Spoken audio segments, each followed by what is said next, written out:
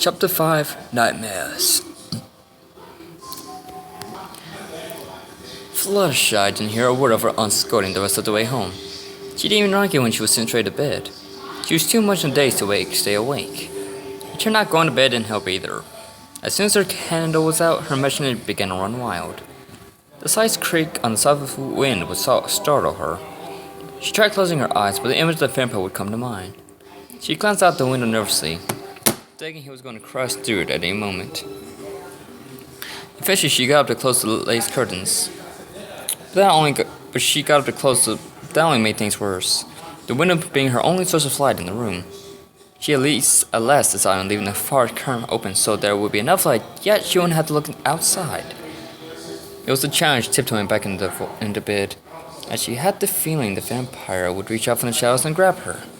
She quickly jumped in the bed and threw the covers over her head, as if they could protect her from the monsters in the darkness. She couldn't stop thinking about that creature. The blood-red pupils of his eyes, his menacing fangs, his deep, chilling voice, how close his face was to hers when he was about to bite her neck. She should have been relieved for being spared, but couldn't help but think the vampire was just biding his time and would soon return. She had believed him when she had said he would find her. Would he, regardless of whether she kept the main secret or not? She stared and she felt slowly hop onto the mattress. She shivered as a thing crawled beside her body. Had the vampire returned? Was he going to suck her blood in her own bed? Flashy screamed as the head poked on the covers.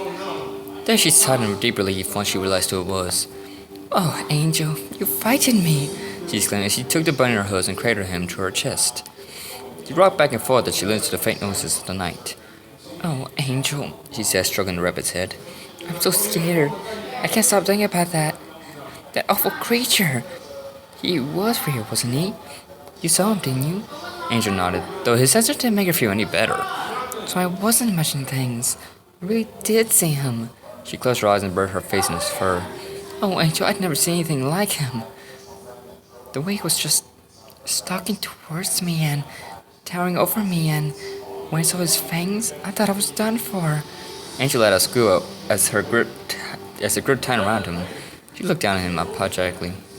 "Sorry, Angel. I didn't mean to hurt you. I'm just so frightened and confused. I mean, he had me in his grasp. He could have..." She winced at the thought. "But he didn't. But why, Angel? Why did he stop?" Rabbit had no answer, so Fluttershy tried to think back to the earlier events of the evening. She remembered his sparkling white fangs and how she couldn't bear to look at them. She remembered the putrid smell of his breath as she drew his breath close to her throat. But then, there had just been silence. When she had opened her eyes, his own had become softer. It had seemed as if he couldn't take his eyes off her. She shivered at the memory of his claws caressing her cheek and stroking her mane. The way he had done it had been so gentle. And then he had spoken again. "Beautiful." That voice echoed in her head as she recalled his deep, soothing voice. It had sounded so sincere, like his focused gaze had appeared. Fluttershy was probably measuring things, but he had been leaning towards slightly, as if he were about to kiss her. Fluttershy shook her head.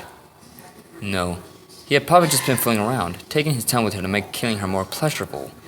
But her favorite's voice had immediately interrupted him. He would come back for her. She was sure of it. When he did, she had to be ready. It had been 3 in the morning by the time Reddy had gotten home. She searched the entrance hall for the others, but all was quiet.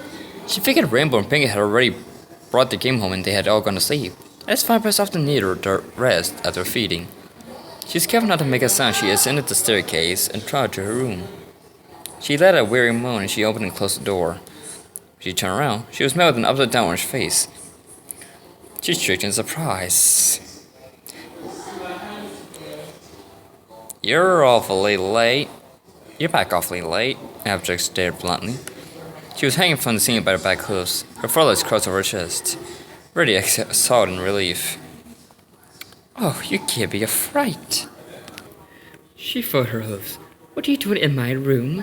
Abject swung her right leg out to seem to turn herself right side up and jumped to the floor with ease. "Did you find anything?" she asked casually. Reddy shrugged. "You know, slow night. All I could find was a squirrel. It seemed too small to bring it back to share.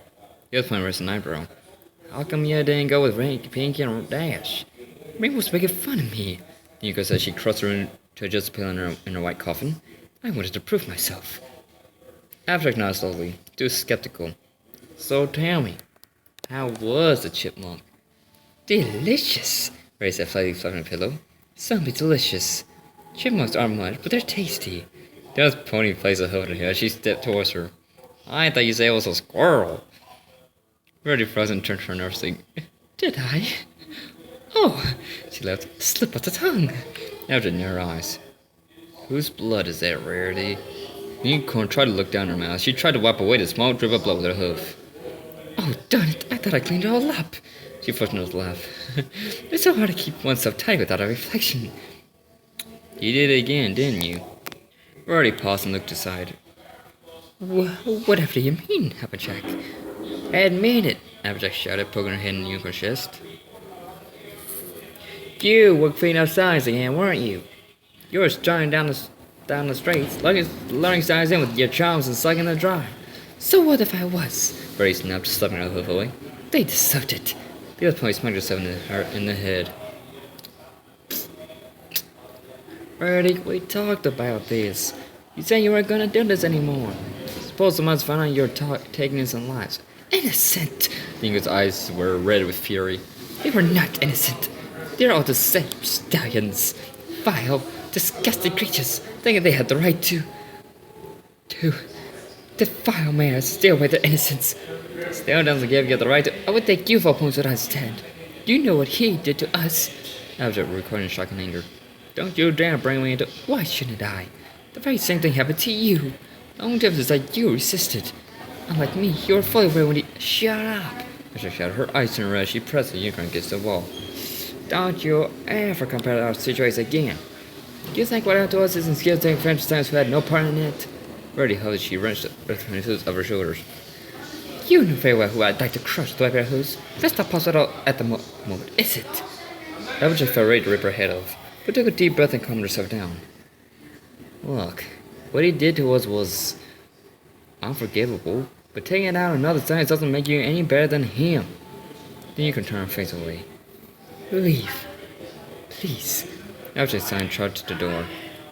When her hoof was on the knob, she looked back at Reddy over her shoulder. I'll get quiet about this, she whispered. But this happens again. Reddy ignored her as she crawled to her coffin. Crossed her hooves on her chest and willed the lid to fall. Applejack shook her head as she opened the door. As she closed, she looked at the white casket through the crack. I know, Reddy, she said softly, not sure whether her friend could hear or not.